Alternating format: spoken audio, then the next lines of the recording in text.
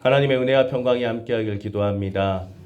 우리 옆에 계신 분과 함께 인사 나누겠습니다. 사랑합니다. 축복합니다. 사랑합니다. 축복합니다. 우리는 지난주에 성령 강림주의를 맞이해서 성령이 말하게 하심을 따라라는 제목으로 함께 말씀을 나누었습니다. 오순절 성령 강림 사건을 통해서 성령님의 하시는 일이 무엇인지에 대해 말씀을 우리가 살펴봤습니다.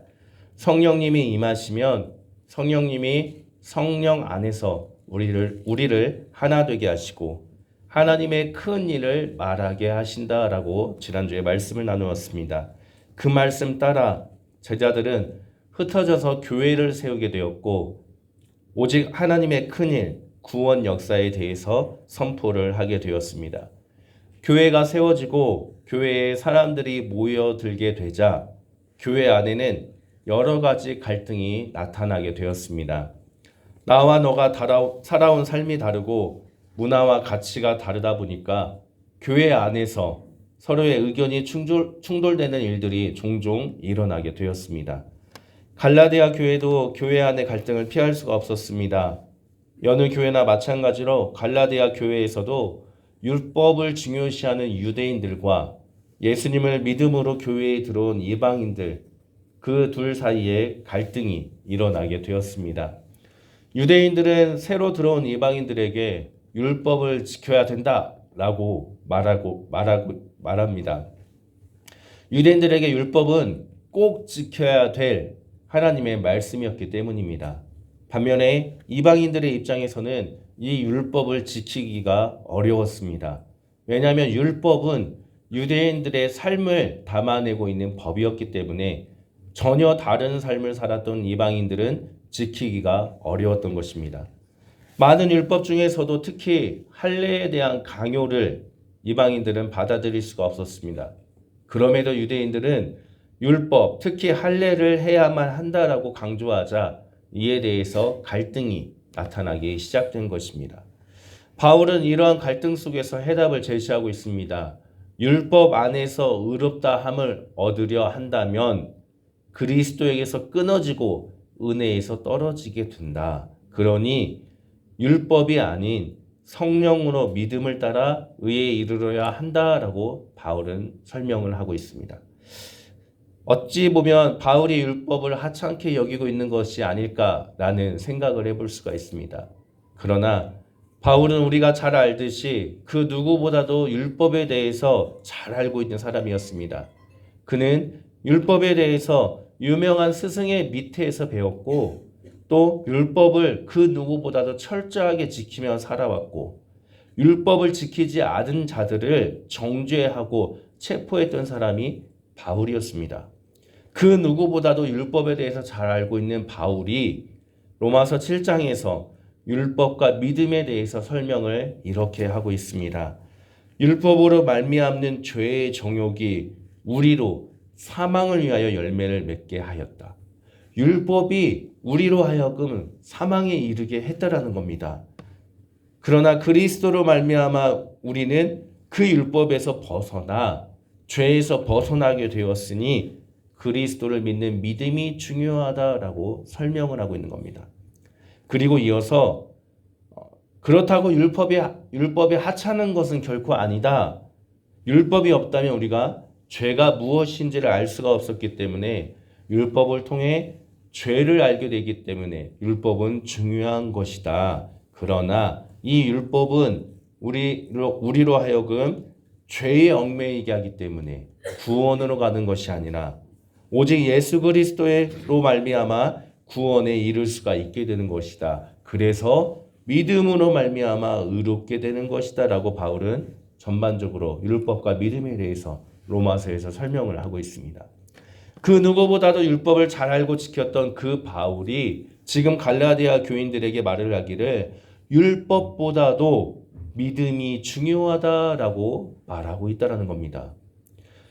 그러면서 바울이 뒤이어서 설명하기를 육체의 일과 성령의 열매에 대해서 대조하면서 율법이 아닌 육체를 중요시하는 것이 아닌 성령을 따라 살아가야 한다라고 갈등을 해결하기 위한 결론을 맺게 되는 것입니다. 왜 성령을 따라 살아가야 하는 것일까요? 육체의 일과 성령의 열매는 정반대의 결과를 맺기 때문입니다. 육체의 일에 대해서 19절부터 21절까지 쭉 설명하고 있습니다. 음행, 더러운 것, 호색, 우상숭배, 주술, 원수 맺는 것. 이러한 것들은 육체의 일이고 이런 일을 하는 자들은 하나님의 나라를 유업으로 받지 못할 것이다 라고 그렇게 말씀하고 있습니다. 그런데 가만히 말씀을 보니까 이 육체의 일이라고 말하는 것들은 결국에는 행동의 결과들입니다. 우리 육체가 행동에서 나타나는 그 결과들이 육체의 일이라는 겁니다. 눈에 보이는 것이고 그 즉시 나타나는 결과물들이라는 겁니다. 그러나 이와 반대인 성령의 열매를 보면 22절부터 성령의 열매에 대해서 쭉 설명하고 있습니다. 사랑, 희락, 화평, 오래 참음, 자비, 양성, 충성, 온유, 절제. 이러한 성령의 열매는 금지할 법이 없으니 율법으로 제재할 수가 없다라고 말을 하고 있습니다. 그리고 이 성령의 열매는 육체의 일과는 다르게 행동의 결과가 아니라는 겁니다. 눈에 보이는 바로 행동으로 나타나는 것들이 아니라는 겁니다.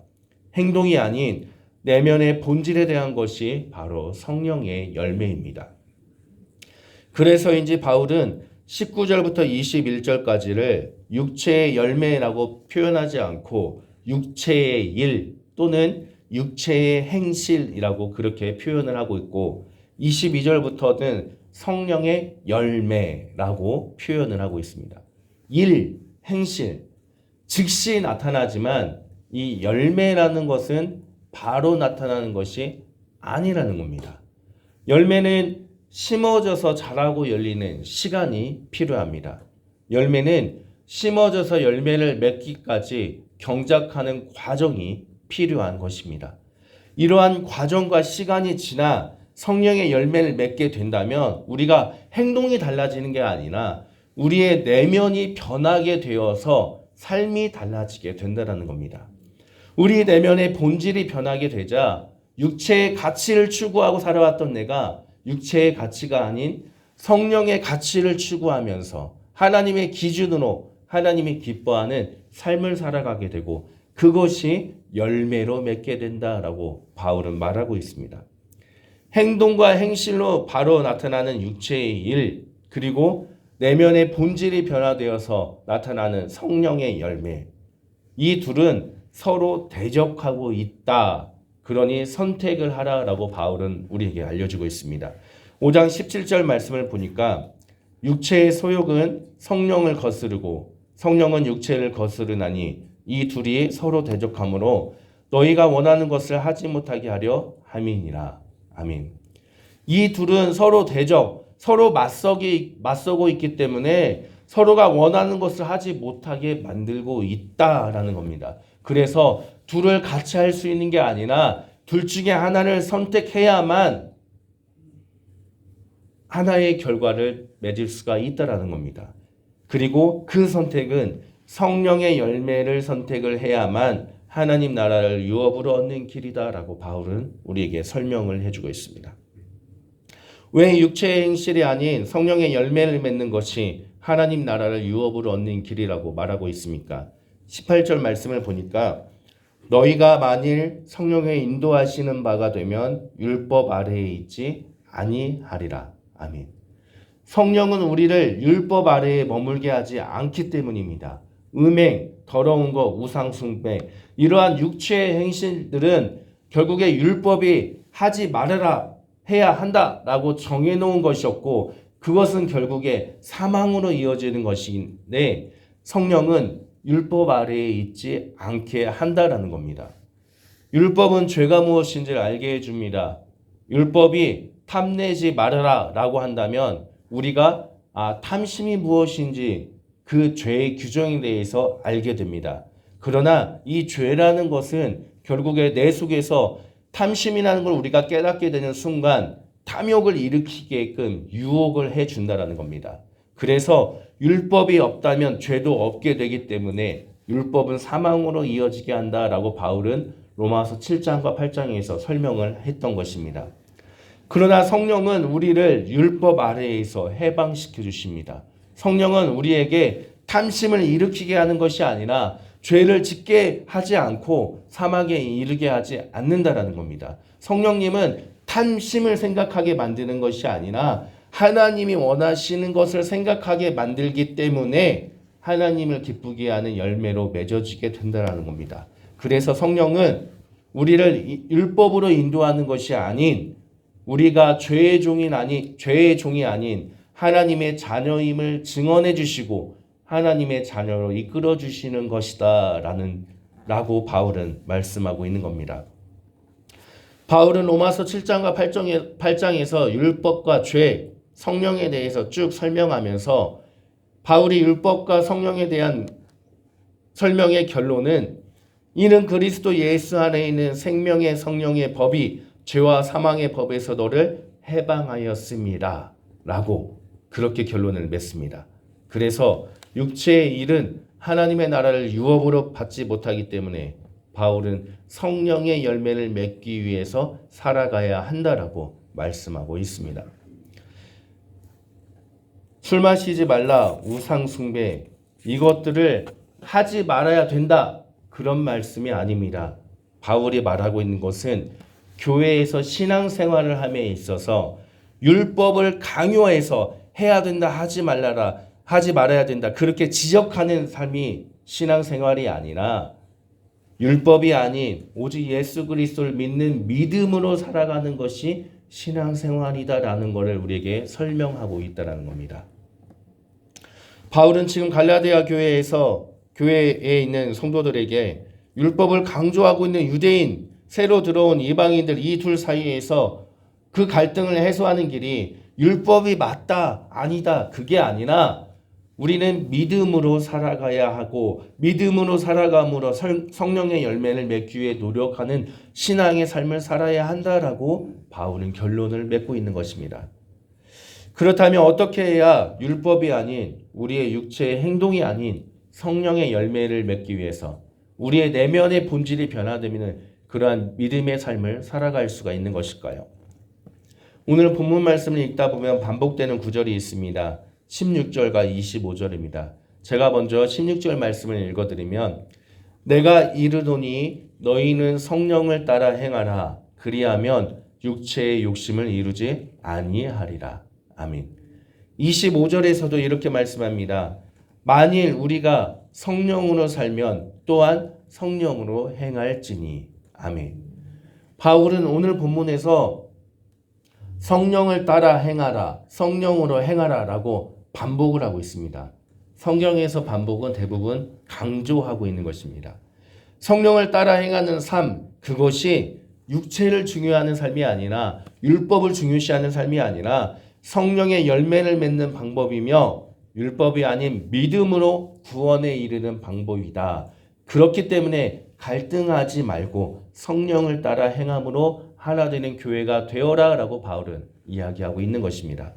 성령을 따라 행한다라는 것이 무슨 뜻일까요? 성령을 따라, 이 따르다라는 단어는 무언가를 따라간다라는 뜻으로 우리는 번역하고 있습니다.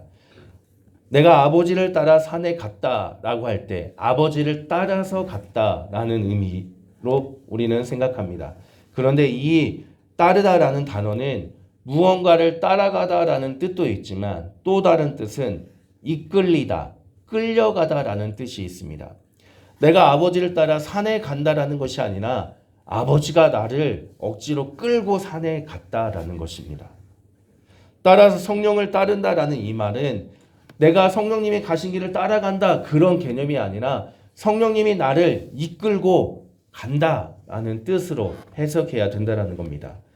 성령님이 내 안에 임재하시면 성령님이 나를 이끌고 하나님이 원하시는 삶으로 행동하게끔 만들기 때문에 결국에 내 내면이 변화되어서 하나님이 기뻐하는 삶을 살게 된다라는 것이 성령을 따르다라는 성경 구절의 뜻인 것입니다.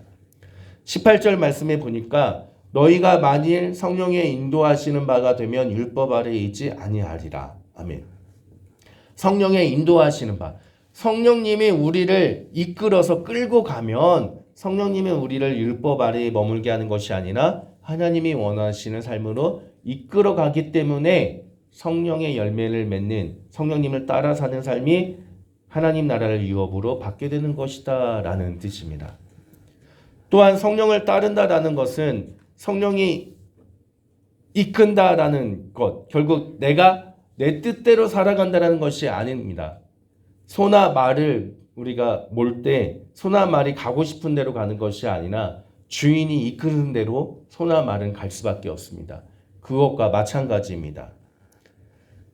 성령이 이끈다라는 것은 내 뜻대로가 아니라 성령이 주인 되어 내 삶을 이끌어서 끌고 가게 만드는 것이 성령을 따르는 것입니다. 그런데 소나 말이 주인의 뜻대로 가기 위해서 무엇을 짊어지고 있습니까? 멍에를 짊어집니다. 주님은 나의 멍에를 메고 내게 배우라 라고 말씀하셨습니다. 멍에는 우리가 짊어지는 이 세상의 고난과 짐이 결코 아닙니다. 멍에는 주님께서 가르쳐 주신 삶입니다.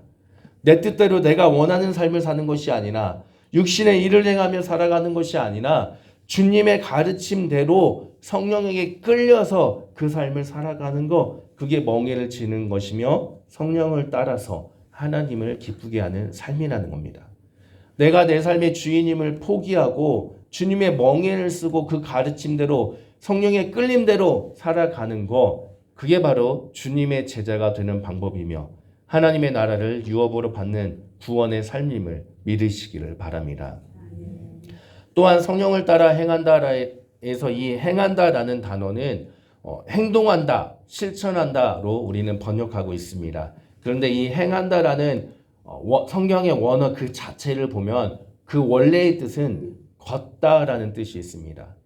성령의 이끌림대로 그저 걸어가는 것, 그게 성령을 따라 행한다라는 단어의 뜻입니다.